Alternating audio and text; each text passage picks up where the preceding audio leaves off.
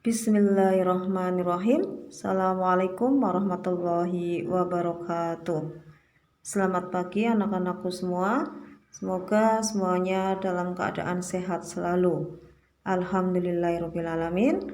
Senang sekali pada pagi hari ini kita bisa bertemu lagi dalam pelajaran Bahasa Indonesia kelas 7. Pada kesempatan kali ini kita akan mempelajari bab baru, yaitu tentang mengapresiasi dan mengkreasikan fabel.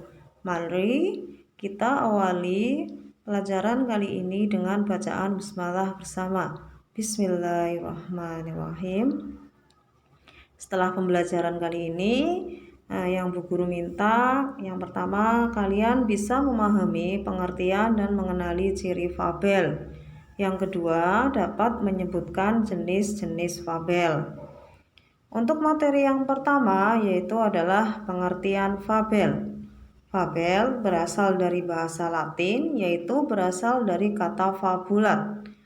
Fabel adalah sebuah cerita yang menceritakan kehidupan hewan yang berperilaku menyerupai manusia.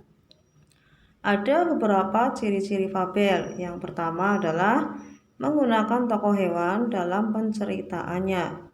Yang kedua, hewan sebagai tokoh utama dapat bertingkah laku layaknya seperti manusia. Contohnya, hewan itu bisa berbicara, bisa berpikir, bisa bekerja, dan sebagainya.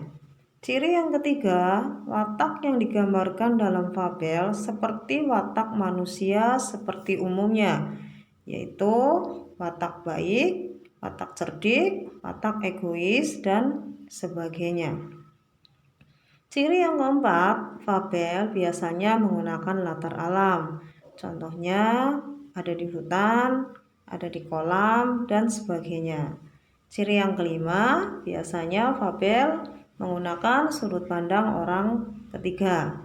Ciri yang keenam, yaitu bahasa yang digunakan biasanya bersifat naratif dan menggunakan kalimat langsung.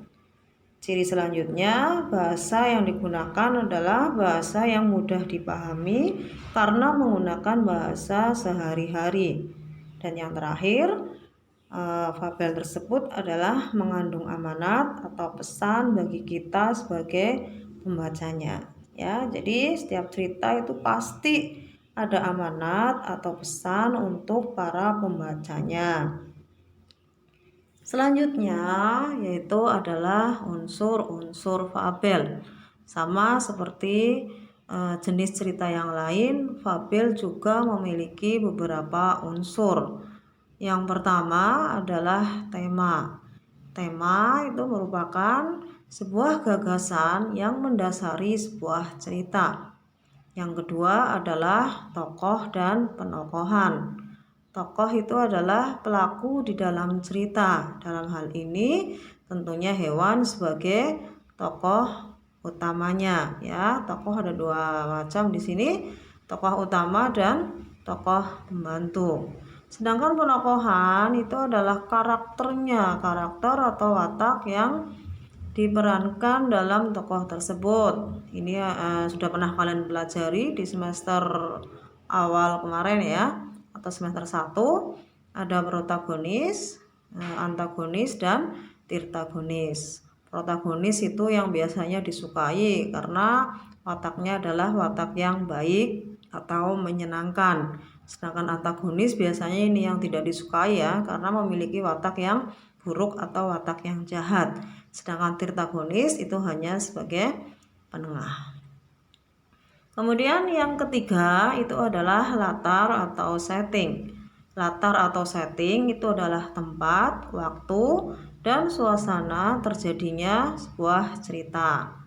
Yang keempat adalah amanat. Amanat itu adalah pesan yang ingin disampaikan penulis terhadap pembaca. Materi selanjutnya adalah jenis-jenis fabel. Yang pertama, jenis fabel ditinjau dari watak dan latar. Ini ada dua macam, yaitu fabel alami dan fabel adaptasi. Fabel alami yaitu menggunakan watak tokoh binatang seperti kondisi alam nyata. Sedangkan yang B adalah fabel adaptasi. Fabel adaptasi itu adalah fabel yang memberikan watak tokoh dengan mengubah watak aslinya dengan menggunakan tempat lain sebagai latar.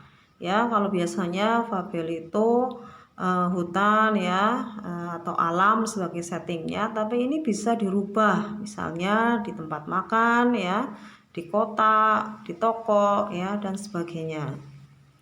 Jenis yang kedua yaitu ditinjau dari kemunculan pesan. Untuk jenis ini juga ada dua macam, yaitu fabel dengan koda dan fabel tanpa koda.